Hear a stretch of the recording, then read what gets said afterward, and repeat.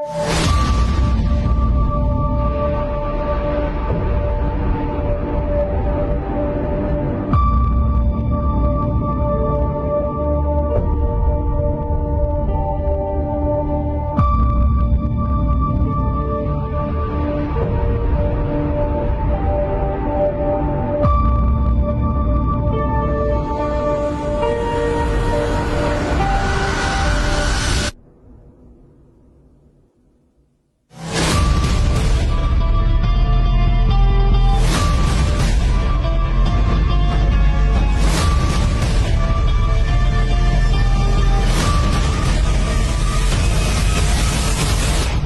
болашақ ұрпақпыз, болашағымызды таза еңбектен құраймыз.